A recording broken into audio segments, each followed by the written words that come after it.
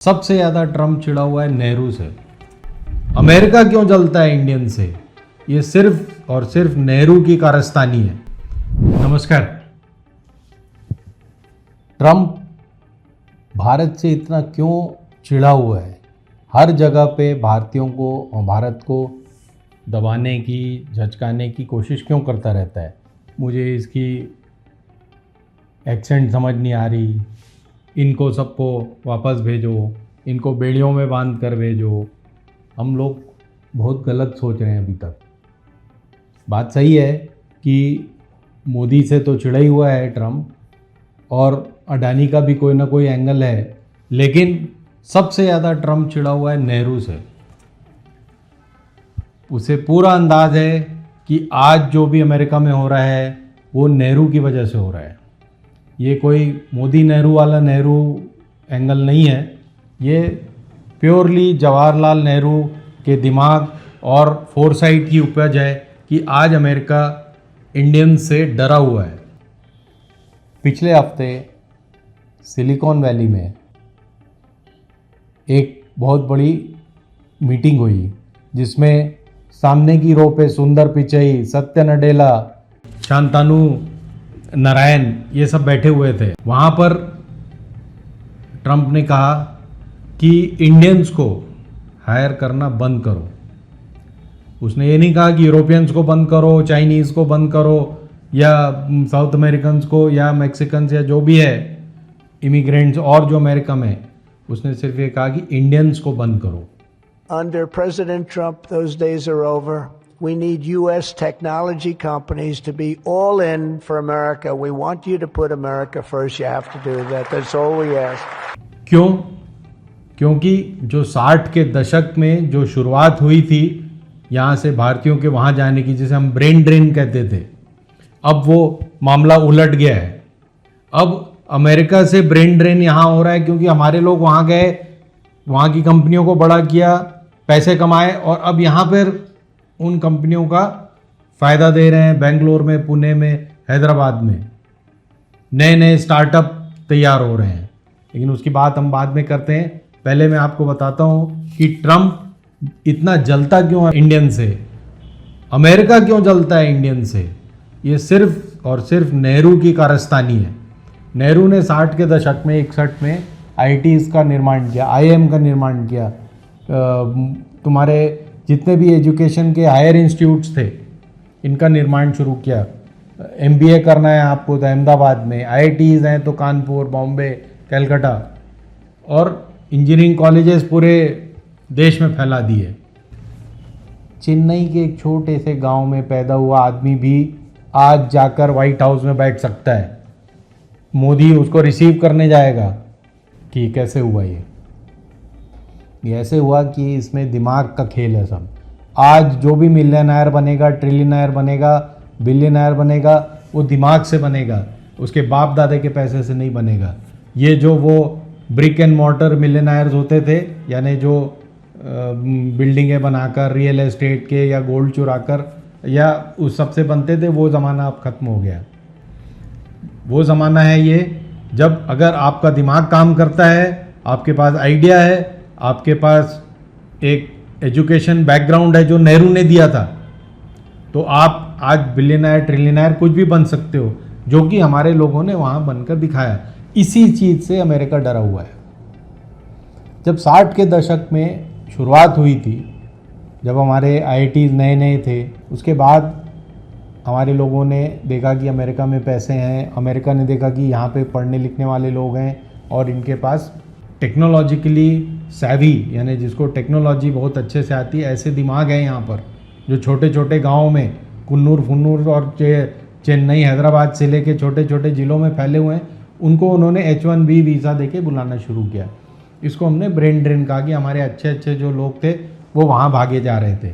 तो 60-70 के दशक में यहाँ के लोग IIM से निकले या IIT से निकले या जो दीगर इंजीनियरिंग कॉलेजेस से निकले, NET, NIT वगैरह से, वो सब अमेरिका भागने लगे क्योंकि वहाँ पर पैसे मिल रहे थे, वहाँ पर मौका मिल रहा था।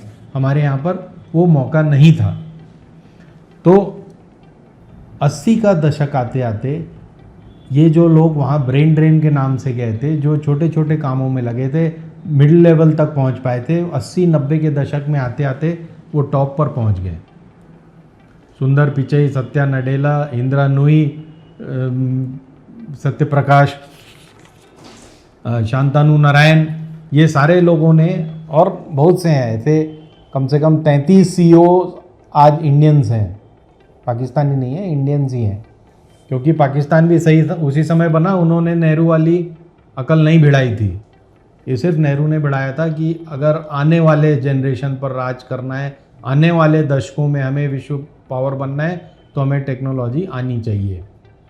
तो शुरू में उनके जो प्रेसिडेंट होते थे, रोनाल्ड रीगन तक, वो कहते थे हमारे पास एक सीक्रेट वेपन है जो हमारी टेक्नोलॉजी को बढ़ा रहा है, और वो सीक्रेट वेपन क्या था? इंडियन माइंड, भारतीयों का दिमाग, जिन्होंने सिलिकॉन वैली बनाया। आज सिलिकॉन वैली में 25 से 36% लोग जो हैं वो इंडियंस हैं सारे। आप ये सिर्फ बड़े बड़े नाम नहीं, हर कंपनी में हजारों वर्मा और शर्मा और गुंटूर से आए हुए लोग बैठे हुए हैं वहाँ पर, जो छोटे छोटे काम बहुत आसानी से कर देते हैं, और उन्होंने बड़ी बड़ी कंपनीज बनाई हैं। तो आज अमेरिका में सिर्फ 1% इंडियंस हैं, लेकिन 40% टेक्नोलॉजी के ऊपर इंडियंस का राज है। इससे अमेरिका डरता है, इससे ट्रंप डरता है। और ये राज ऐसे नहीं बना कि यहाँ से गए और वहाँ पढ़ाई लिखाई की और वहाँ पर सक्सीड हो गए। ये यहाँ पढ़ लिख करके गए, यहाँ के एजुकेशन सिस्टम में पल के गए, और पिछले 10 साल से हमने उस एजुकेशन सिस्टम को बर्बाद करके रख दिया है। जुलूस निकाल रहे हैं, और वो रथ यात्रा और कांवड़ यात्रा, इसमें हम अपना टाइम खराब कर रहे हैं, नेहरू के कंट्रीब्यूशन को नेगेट कर रहे हैं। फिर ये अलग बात है ट्रंप ने ऐसा क्यों सोचा और ऐसा क्यों कर रहा है वो इंडियंस के साथ, क्यों? क्योंकि आज 25% जितने भी यूनिकॉर्न हैं, स्टार्टअप्स हैं, बिलियन के ऊपर वाले, नीचे नीचे 5-10 मिलियन 20 मिलियन वाले नहीं, $बिलियन से ऊपर जितने भी स्टार्टअप हैं, उसमें 25% इंडियंस के हैं, या इंडियंस उसको ऐड कर रहे हैं। और हमारे जो CEOs हैं, ये जो सत्या नडेला वगैरह, ये अगर ये 20-30 लोगों को मिला लिया जाए तो ये आज हेड करते हैं कम से कम 2.5 ट्रिलियन, यानी अभी 5 ट्रिलियन चिल्लाते रहते हैं एक महाशय, 2.5 ट्रिलियन तो इन लोग कर रहे हैं हेड। वहाँ पर वहाँ के CEO हैं, वहाँ के MDs और GMs हैं। तो ये सब किस लिए पॉसिबल हुआ, मैं बार बार आपको बता रहा हूँ, क्योंकि नेहरू की अकल थी, और आज उससे सबसे ज़्यादा चिढ़ता है ट्रंप। तो उसके बाद क्या हुआ? 90 के दशक के बाद, 90 के दशक में ये जो लोग गए थे, ये सबकी उम्र अभी 50-60 की है, और ये सब CEOs बन गए हैं। लेकिन उससे भी खतरनाक चीज़ हुई पिछले 2 दशक में, यानी 2005-10 के बाद से जो हुआ वो सबसे खतरनाक है अमेरिका के लिए। क्या हुआ उसमें? देखिए, चाइनीज़ क्या करते हैं, अपने लोग भेजते हैं इटली, और वहाँ से कॉपी करके लाते हैं, और वो फैशन के और इसके उसके बना देते हैं। हमें अपने लोग भेजते हैं US, वहाँ से टेक्नोलॉजी में जो एडवांसमेंट हुआ है उसको लाके कॉपी करते हैं, फिर उसमें अपना कुछ कुछ काम करते रहते हैं। लेकिन इंडियंस सिर्फ अपने दिमाग के बल पर उन्होंने जो क्रिएट किया है अमेरिका में, गूगल, माइक्रोसॉफ्ट वगैरह, उसका अब रिवर्स ब्रेन ड्रेन हो रहा है, इंडिया में आ रहा है वो सब। कैसे? ये पेटीएम आज दुनिया का सबसे बड़ा डिजिटल प्लेटफॉर्म है। ये बायजू जो था वो टीचिंग का सबसे बड़ा प्लेटफॉर्म था, जिसमें चाइनीज़ ने पैसा लगा रखा था। ये जो आपका फ्लिपकार्ट है, वो अमेज़न को मैच कर रहा था। आज हमारी जो स्पेस एजेंसी है, जो हम अपने स्पेस में, हमारा जो स्पेस प्रोग्राम है, वो ये SpaceX वगैरह क्या गिनती में आएगा? वो इतने महंगे प्रोग्राम है, उससे हम सिर्फ 1 या 2% पैसे में अपना स्पेस प्रोग्राम चला ले रहे हैं। आज जो EV रेवोल्यूशन हुआ है उसमें भी इंडियंस का दिमाग है। आज जो AI रेवोल्यूशन हुआ है अमेरिका में, उसमें भी इंडियंस का दिमाग है। तो आप ये समझिए कि अमेरिकन इस बात से नहीं डरते कि इंडियंस वहाँ पर बहुत ज़्यादा पैसा कमाकर वहाँ पर हावी हो रहे हैं, वो इस बात से डरते हैं कि टेक्नोलॉजिकली अगर ये ब्रेन वापस इंडिया चला गया, आज पुणे, बेंगलोर, हैदराबाद, ये सब जो सेंटर्स बन गए, यहाँ पर जो यूनिकॉर्न्स बन गए, यहाँ पर जो स्टार्टअप्स हो गए, इससे घबराए हुए हैं। इसका कोई आप सोचें कि मोदी जी ने आकर स्टार्टअप चालू कर दिया, वो नहीं है।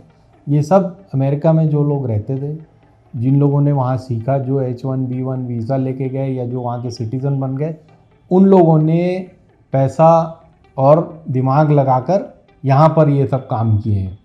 तो आप इस तरह से नेहरू के कंट्रीब्यूशन को देखें, इस तरह से समझें कि ट्रंप और उसकी पूरी सरकार आज अगर सबसे ज़्यादा डरती है तो इस बात से कि कहीं ये जो हमारी टेक्नोलॉजी का जो एडवांसमेंट है अमेरिका में, वो इंडियंस के हाथ में ही न रह जाए।